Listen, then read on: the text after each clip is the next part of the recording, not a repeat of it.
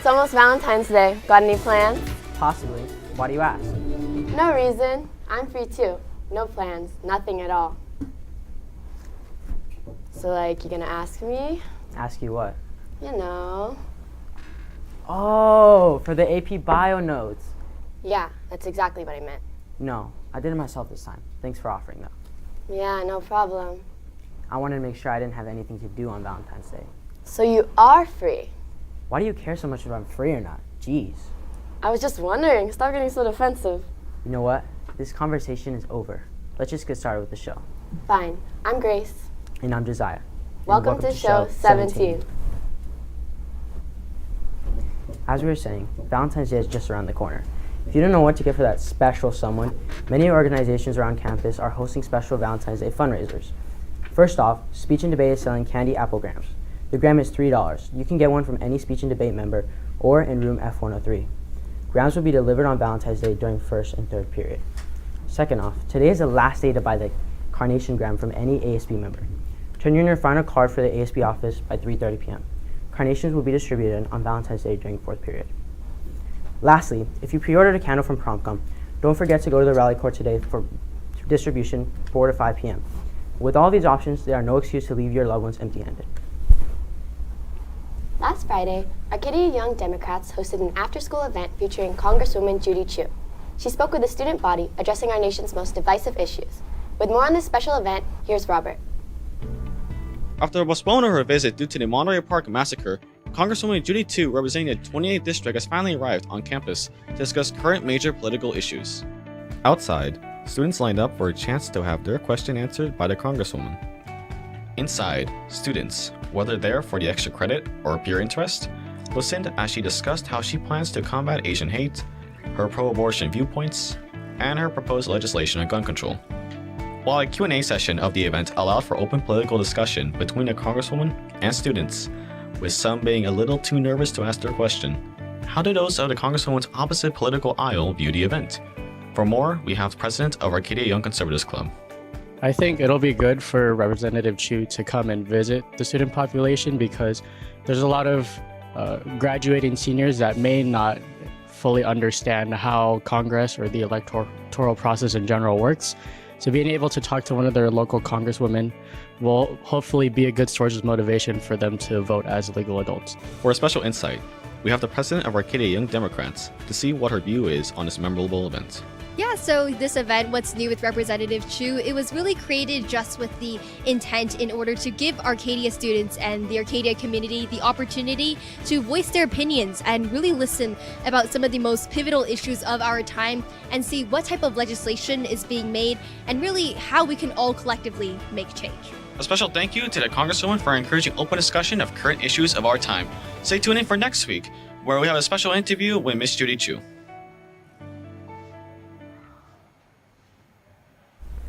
Remember freshman year when your lovely Link Crew leaders welcomed you to Arcadia High School? Well, it's time to return the favor. Link Crew is recruiting sophomores and juniors for the 2023 to 2024 school year. The informational meeting is next week, February 16th in the lecture hall during lunch. Attendance is required. Don't forget to bring your ID card. Fashion Industry Club is a new club on campus this year. Desperate to know more about fashion and finally be able to dress, Jacob Buan finds the best help available. Fashion. What even is it? What makes up this complicated art? Why is this so beautiful and loved? How do I stop getting made fun of for dressing so terribly? Well, I have absolutely no idea. Luckily, Fashion Industry Club is here to help. I'm Jacob Buan, and I have no style. Ever since childhood, I was always fashionably incompetent. While walking around in the hallways reminiscing about my younger years, I stumbled into D107, where the Fashion Industry Club meets every Wednesday. Inside, they were learning how to sew and make pins. It was a beautiful experience, and I was a little intimidated by how well dressed everyone was. Curious to understand what FIC was about, I asked the officers some questions about the world of fashion, as well as more information about their club. So FIC is about a group of people coming together to bond over something they're passionate about and since we're passionate about the fashion industry, we come together to create things and sew things together, and we're just learning new things every single week. We created FIC because we wanted to encourage everyone to bring out their most comfortable and confident selves through fashion. And our officers are also very interested in the fashion industry, and we like styling and thrifting and sewing our clothes. As a token of goodwill, they offered to give me a makeover. Each part of this outfit was planned with detail. Putting together their creative minds, they created this masterpiece. If you're also interested in improving your style or just want to learn about fashion, stop by Fashion Industry Club on Wednesdays at D107. On Monday, a 7.8 magnitude earthquake hit near the border of Turkey and Syria. This disastrous event has left over 20,000 people dead and millions whose lives have been changed forever. Tune into next week's show for full coverage of the disaster and how you can help. You might recall seeing the French exchange students trying American snacks on APN a few months back. Well, while those Frenchies have returned to France, a new batch just visited. Let's head to Me to learn more about their visit and the exchange program. Thank you, Grace. The French students arrived on January 26th and returned home this Wednesday. From spending time with their host families to strolling down the Walk of Stars, they really made the most out of this 2-week visit. Each French student is paired with an Arcadia High School student that they will stay with for the duration of their visit. My sister hosted a French student, and I saw it was like a good experience for them to like bond and stuff. So then when Madame Bond this year, she was like, oh, does anyone want to host a French student? I just signed up, and I saw that me and my French student, Chloe, we have like a lot of like similarities and stuff, so it'll be fun.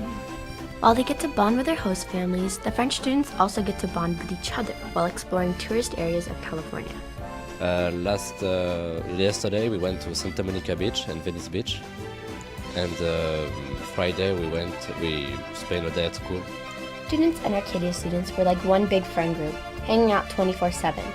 The French immersing themselves in the unique school and social lives of American high school students. Yeah, the program's great. I definitely recommend hosting. It's definitely a step out of a lot of people's comfort zones, but just like what happened to me, you know, you discover new things and meet new people, and these people are like so amazing. They're so funny, so great.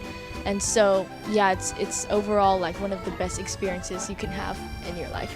This exchange created lifelong friendships and memories for both the host families and the French students. They'll miss each other dearly and hopefully see each other when the Arcadia students head to France in the spring.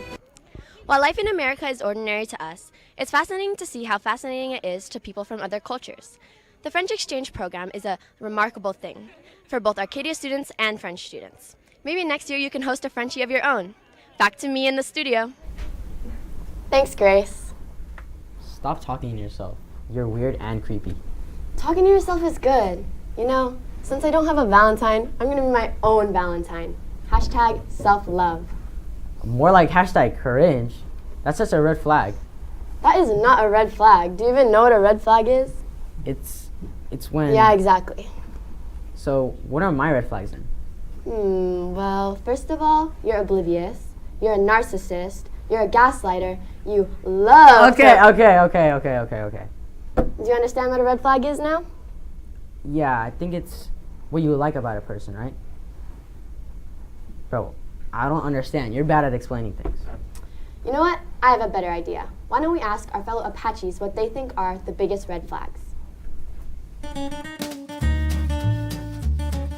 When they have no respect for their elders. When they have ugly toes. When they don't eat vegetables. Excessive amount of knives. If they only talk about themselves. Oh my god, when they're rude or they have like a really bad haircut. Yeah, when he has a side part. If a guy has too many girlfriends. Having a lot of female friends. When she has a lot of guy friends. Has a lot of girl best friends. Boy best friend. When they have a girl best friend. Texting other dudes when they're leading you on. If they're talking to multiple people at once. Talking to other girls, like flirting. When they're not a guy. Men. No communication. I think they just talk too much. She got a PayPal in her Instagram. Listening to Blade. When they tell you there's a girl not to worry about. Being a car guy. They like ignore you on purpose. When they talk about their ex. If they take advantage of you, like financially. Oh, I get it now. You know what? You have no red flags. Aww. Actually, wait. You're always... Okay, buddy. Stop ruining the moment. You're right. You have no reflex. Okay, you're perfect. We're getting off track. Our sports teams had some great matches this week. You know what else is a great match? You and me. Finally, you see it. But you have horrible timing. We have to cut to sports now. Okay, let's go to our sports anchor, Feet. Get this over with. I have some things to say. Sorry to interrupt this wonderful moment you guys are having, but you know who else has been wonderful? Our sports team. Our girls water polo team is currently on a roll with a record of 7-1 in the Pacific League. Let's send it over to Eli to see how they fared in their first CIF playoff game this Tuesday. Thanks, Afiq. On Tuesday, our girls played an astounding CIF prelim game against Thousand Oaks.